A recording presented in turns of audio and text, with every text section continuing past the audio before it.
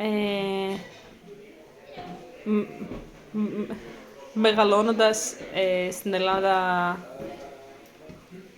ε, τραβ, τρα, τράβλιζα από παιδί, από 4 χρονών και το πρώτο καταλάβαμε από το σχολείο.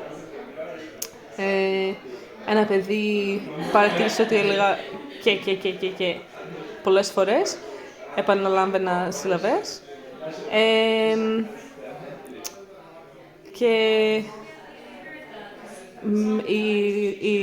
οι γονείς μου με πήγαν για λογοθεραπεία όταν ήμουν μικρή, περίπου 4-5-6 χρονών. Και μετά στο σχολείο το αντιμετώπισαν πολύ, πολύ κακά. Είχαν μια δασκάλα που με έβγαζε από το μάθημα και μου έκανε αναπνοές, που είναι άσχετο. The end.